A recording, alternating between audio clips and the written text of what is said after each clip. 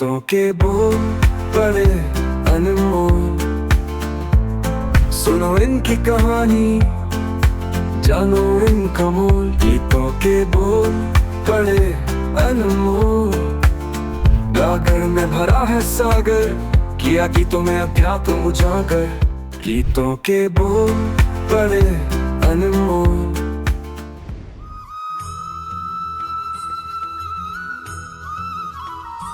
आप सबको मेरा आदरपूर्वक प्रणाम और हार्दिक अभिनंदन। आप जुड़े हुए हैं विश्व शांति दर्शन नाम की एक आध्यात्मिक डोर से। चैनल के जनक हैं वर्ल्ड पीस डोम के रचयिता, MIT के संस्थापक, विश्वधर्मी प्रोफेसर डॉक्टर विश्वनाथ कराड़। पिछली बार हमने डॉक्टर सुनील देवधर की मदद से साहिर लुधियानवी के लिखे गीत लागा चुनरी में दाग के अध्यात्म पर चर्चा शुरू की थी। आज उसी चर्चा को आगे बढ़ाते हुए मिलते हैं डॉक्टर देवधर और रिद्धि शाह से। गीतों के बोल बड़े अनमोल। नमस्कार और स्वागत है आप सभी का विश्व शांति दर्शन पर। आज हम चर्चा करने जा रहे हैं एक नए गीत पर।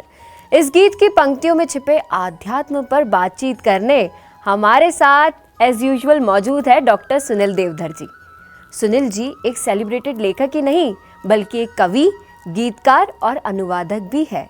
In fact this are only a few of feathers in his cap. नमस्ते सुनील जी, स्वागत है आपका। नमस्कार, धन्यवाद। लेकिन मैं आप सभी को बताना चाहती हूँ, सुनील जी की पुस्तक बड़े अनमोल गीतों के बोल, जिस पर हमारा यह प्यारा सा प्रोग्राम आधारित है, और हाल ही में अभी सुनील जी ने एक और नई पुस्तक लिखी है जिसका नाम है गीत फिल्मी है लेकिन।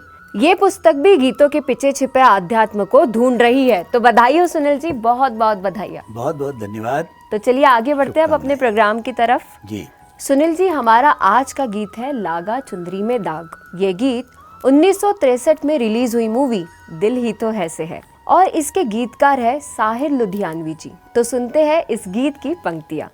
ओरी चुनरिया आसमां मोरी, मैल है माया जाल। ओरी चुनरिया आसमां मोरी, मैल है माया जाल।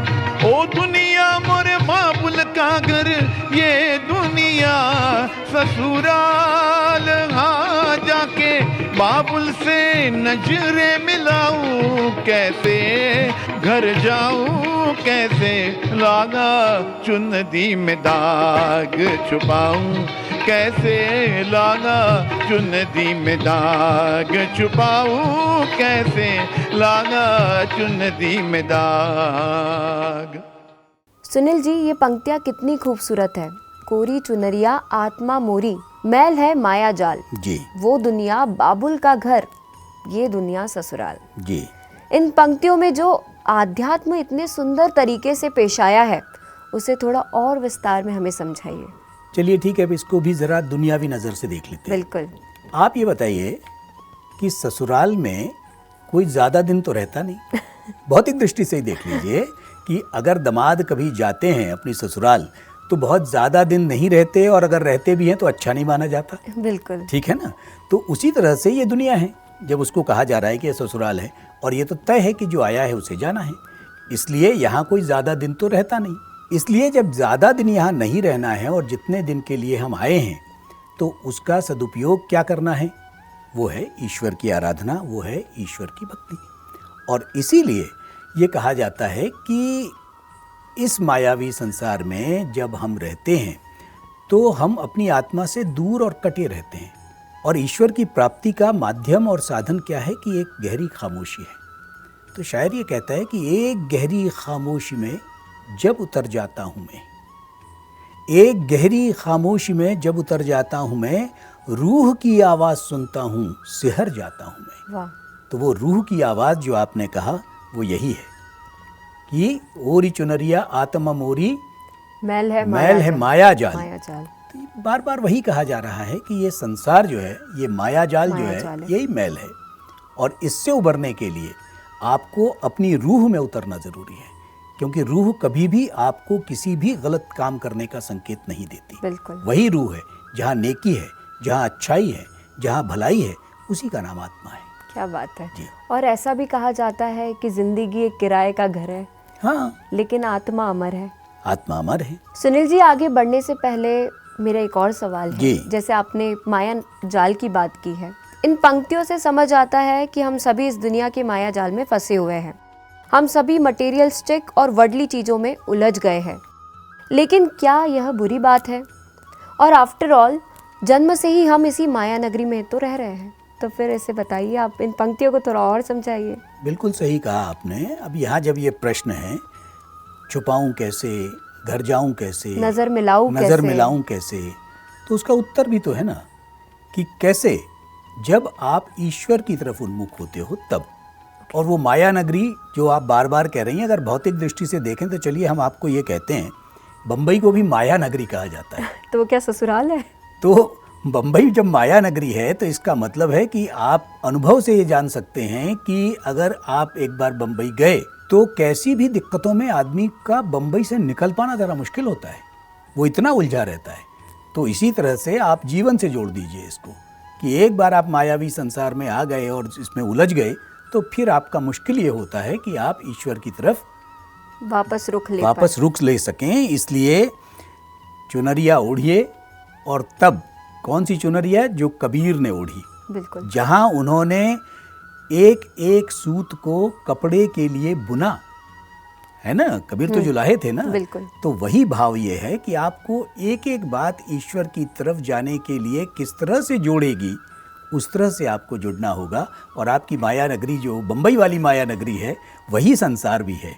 ओके। और इसीलिए ये बात है कि जब आप इन सब से परे हो जाएंगे तो आप ईश्वर की तरफ उन्मुख हो ही जाएंगे। क्या बात है।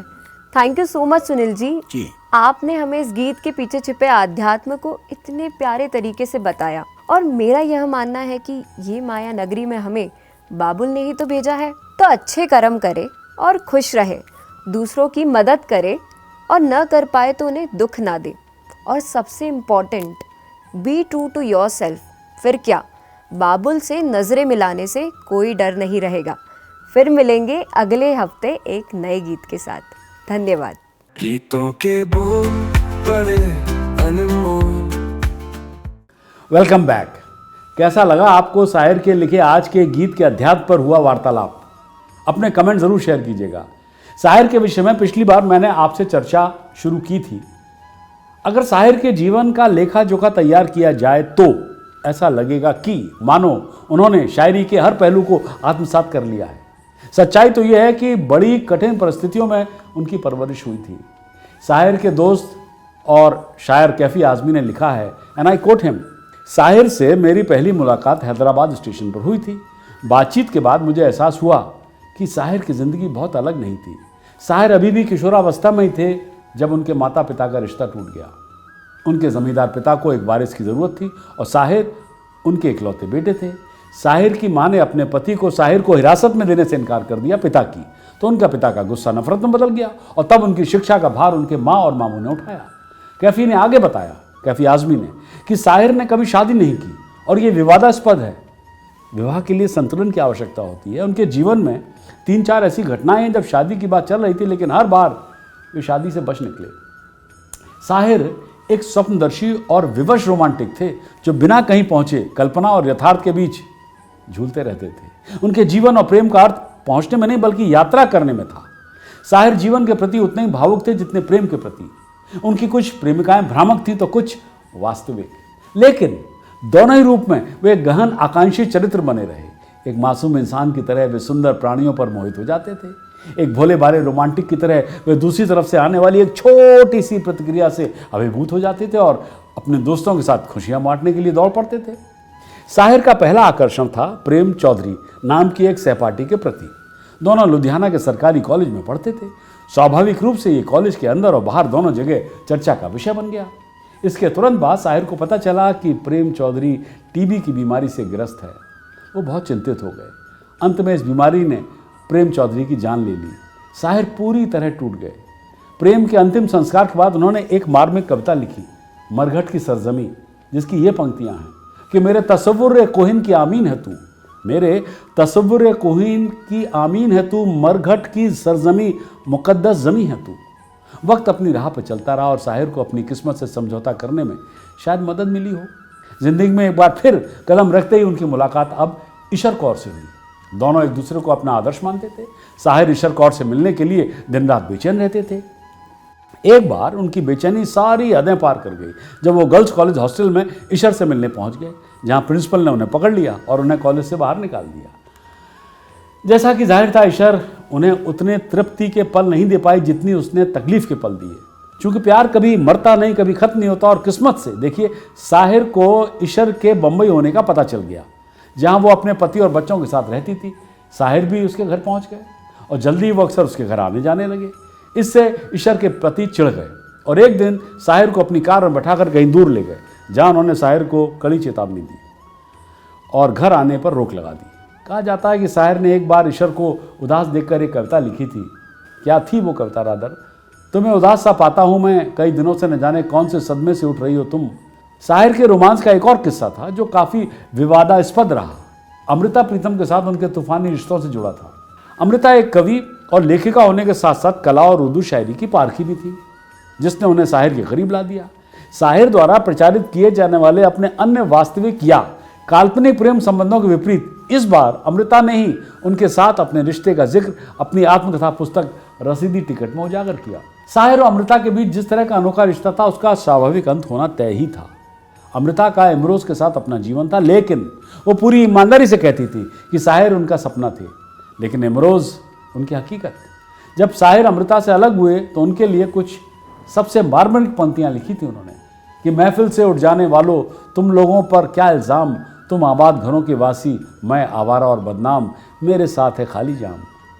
अमृता के बाद साहिर की मुलाकात अब लेखिका खदीजा मस्तूर से हुई, जिन्होंने उन्हें मोहित कर लिया।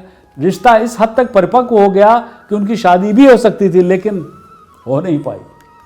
साहिर ने एक शायर के रूप में अपनी पहचान बहुत पहले बना ली थी। हर गुजरते दिन के साथ वो सुर्खियों में आ ही रहे थे और तभी एक फिल्म पत्रिका ने मधुबाला की तस्वीर अपने कवर पेज पर छापी, जिसमें मधुबाला साहिर की कविता संग्रह तलखियों को हाथ में लिए खड़ी थी। यह साहिर की कल्पना को जगाने और मधुबाला का काल्पनिक प्रेमी बनने के लिए काफी था। शहर भर में अपने दोस्तों को पत्रिका का कवर पेज दिखाते हुए उन्होंने खुद को एक विज्ञापन में बदल दिया। उनके रोमांटिक व्यक्तित्व का एक और पहलू नरगिस के प्रति उनके गहरे मोह में दिखाई देता है। जी हाँ, जो एक स्टूडियो में नरगिस से उनकी मुलाकात के बाद शुरू हुआ, जहां नरगिस ने उनकी कविताओं की बहुत प्रशंसा की। यहाँ भी उन्हें लगा कि उन्हें उनका प्यार मिल गया है, लेकिन ये महज एक कल्पना से ज़्यादा कुछ नहीं था। खूबसूरत महिलाओं के प्रति उनके लंबे और छोटे जुनून की कहानी में हमें शकीला बानो भोपाली के प्रति उनके आकर्षण का भी पता चलता है, जो समय के साथ लुप्त हो गया।